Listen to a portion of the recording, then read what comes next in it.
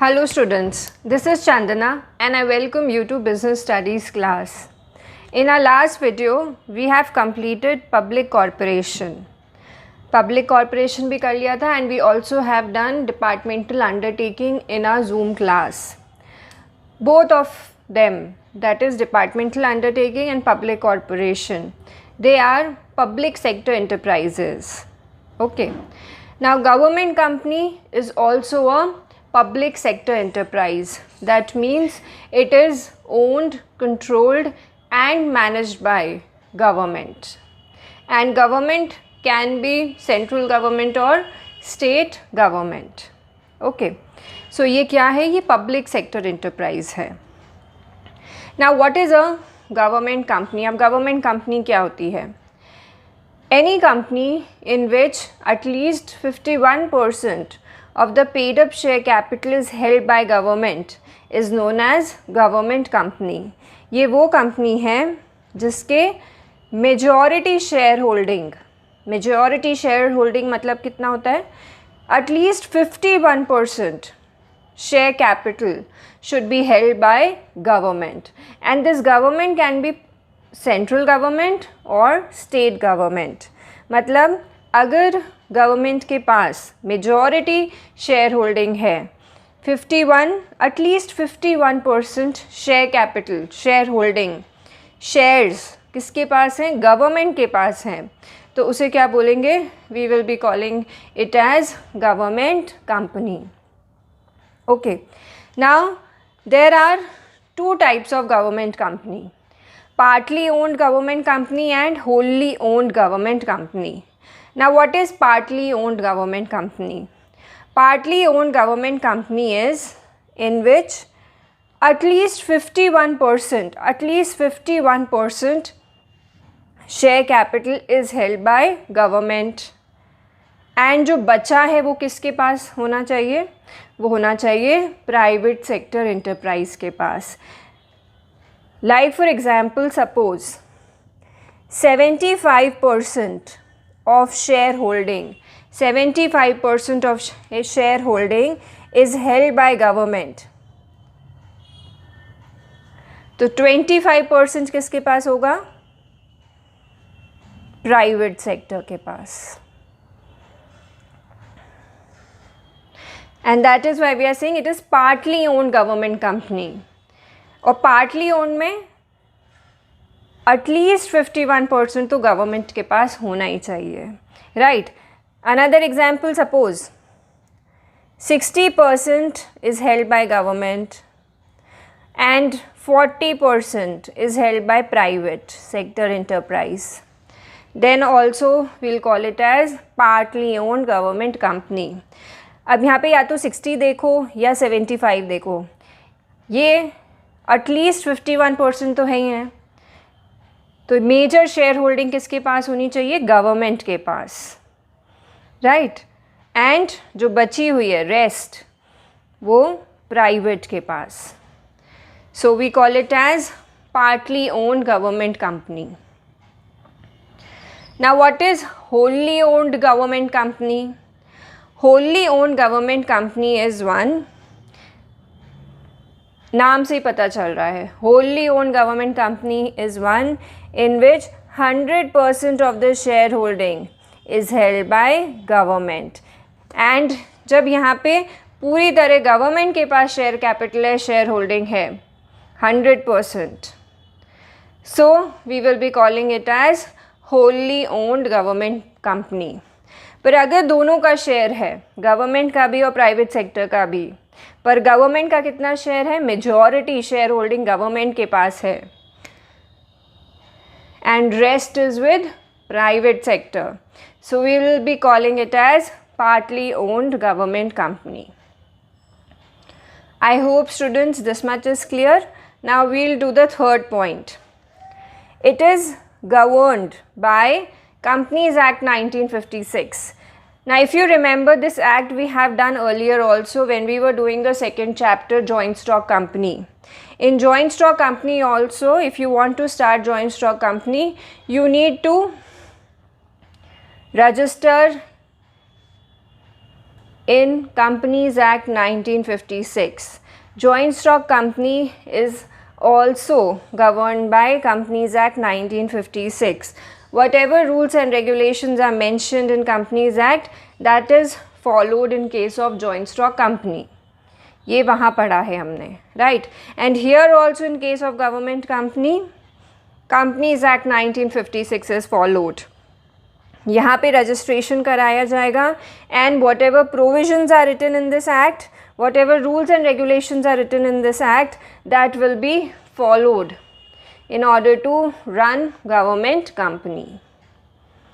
Okay, now government company is managed by board of directors. यहाँ पे पूरा management government company कैसे चलानी है, क्या एक्टिविटीज़ करानी है, क्या डिसीजंस लेने हैं, तो कौन लेगा? बोर्ड ऑफ डायरेक्टर्स लेंगे. And board of directors are nominated by government. Who appoints them? Who nominates them? Government. Government company has a separate legal existence. This point we have done a lot. पहले भी हम बहुत बार कर चुके हैं. Government company has a separate legal existence. That means in eyes of law, law की नज़र में गवर्नमेंट कंपनी का एग्जिस्टेंस सेपरेट है, लीगली है, right, separate from its members. Government company can own property in its own name and can sell property in its own name. अगर government company को कोई property खरीदनी है तो उसे अपने मेंबर्स का नाम नहीं चाहिए. कोई प्रॉपर्टी सेल करनी है तो उसे अपने मेंबर्स का नाम नहीं चाहिए. वो अपने नाम पे कोई भी प्रॉपर्टी खरीद सकती है, प्रॉपर्टी सेल कर सकती है, कोई भी कॉन्ट्रैक्ट साइन कर सकती है. Why? Because it has separate legal existence, right? Now coming to the next point, ministerial control. Here the entire control is hand of one ministry. One ministry के हाथ में पूरा control है, right? Whatever decisions are being taken, पूरा minister का control है. कोई भी एक्टिविटीज़ होती हैं उसमें भी मिनिस्टर का कंट्रोल है. डायरेक्टर्स को अपॉइंट किया जा रहा है उसमें भी मिनिस्टर्स का कंट्रोल है, right? So here the control is in hands of ministers.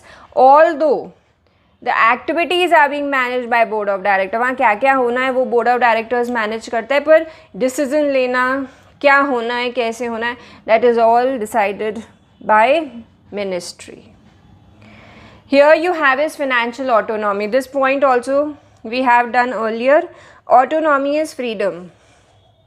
So here you can spend money the way you like it. That means here the annual budget is not followed. यहाँ annual budget follow नहीं होता है, जहाँ पे पहले से ये prescribed है कि यहाँ इस एरिया में इतना खर्चा करना है, इस एरिया में इतना खर्चा करना है, ऐसा कुछ नहीं है. There is no such annual budget followed, right?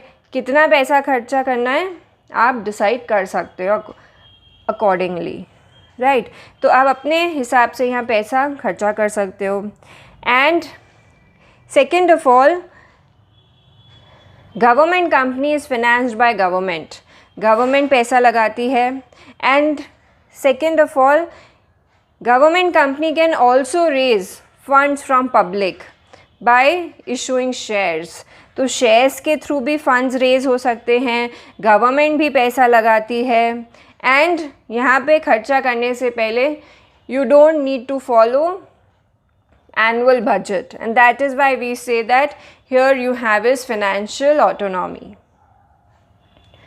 Coming to the second last point, efficient staff. Here the appointment of staff or appointment of employees are done on the basis of rules, regulations which are mentioned in this act. इस act में appointment के जो rules and regulations सब लिखे हुए हैं, उन rules and regulations को follow किया जाता है in order to make appointment.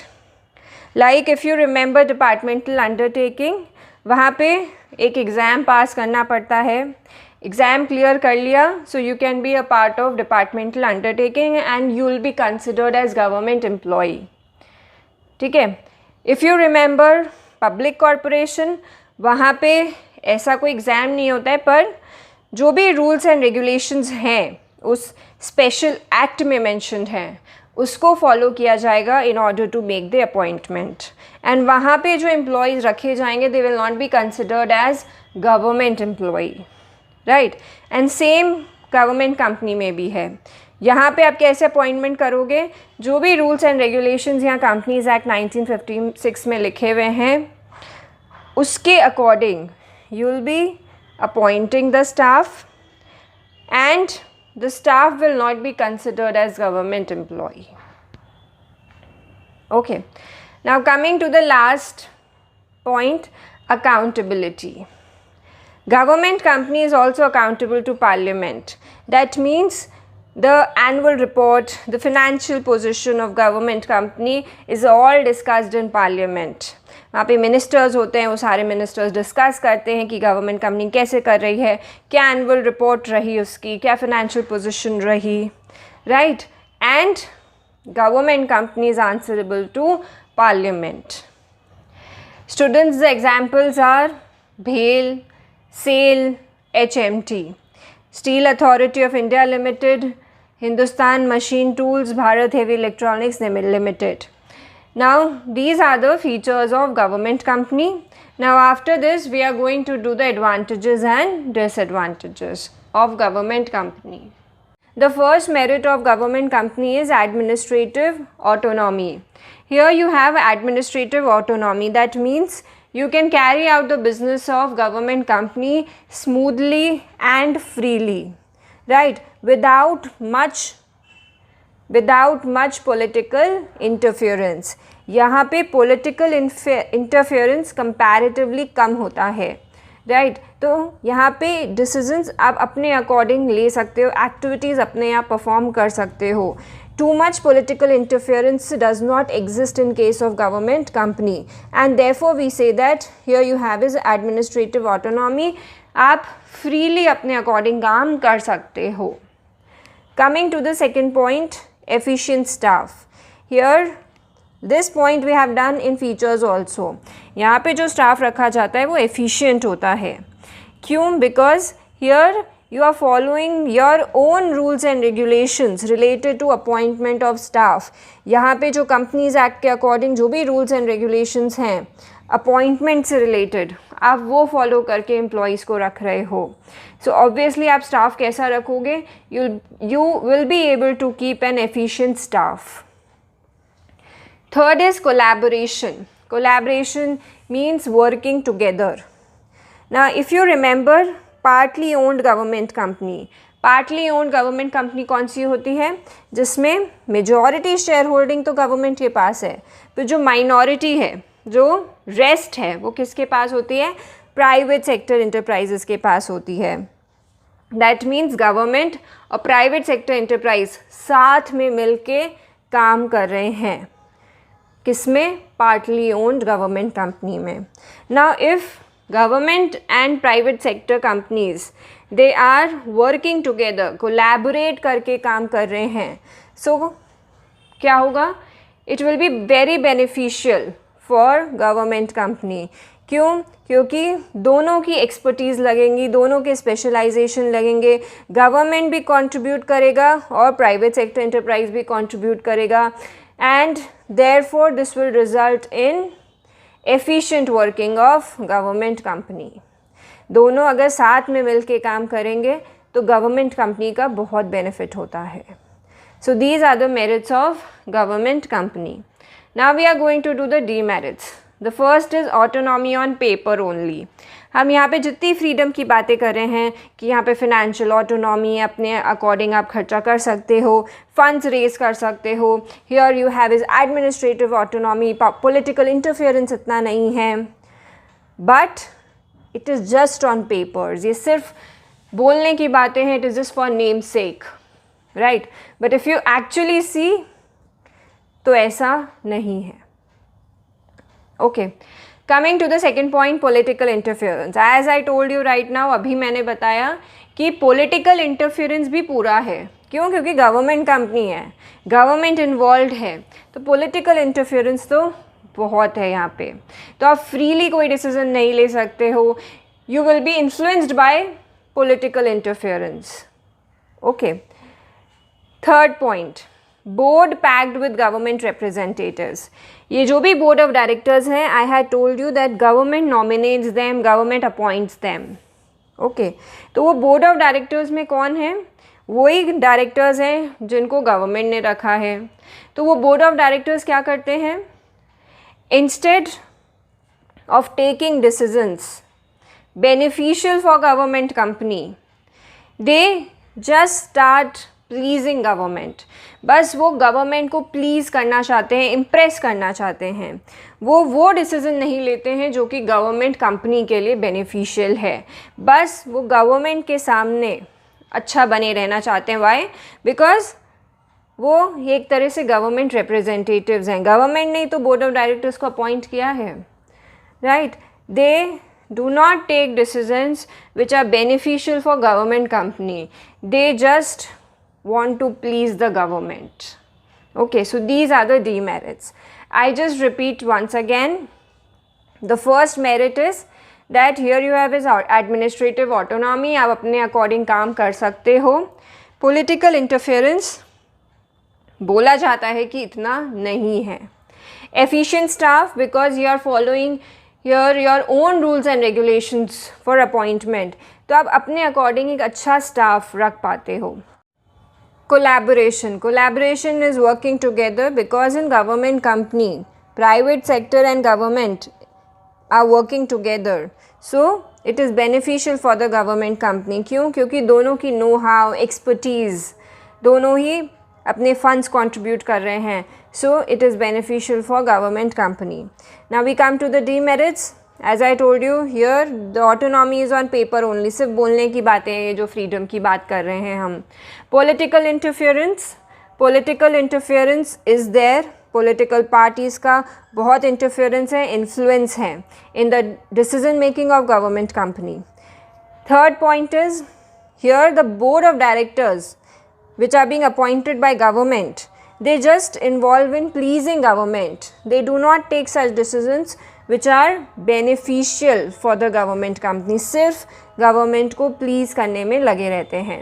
So these are the merits and demerits of government company.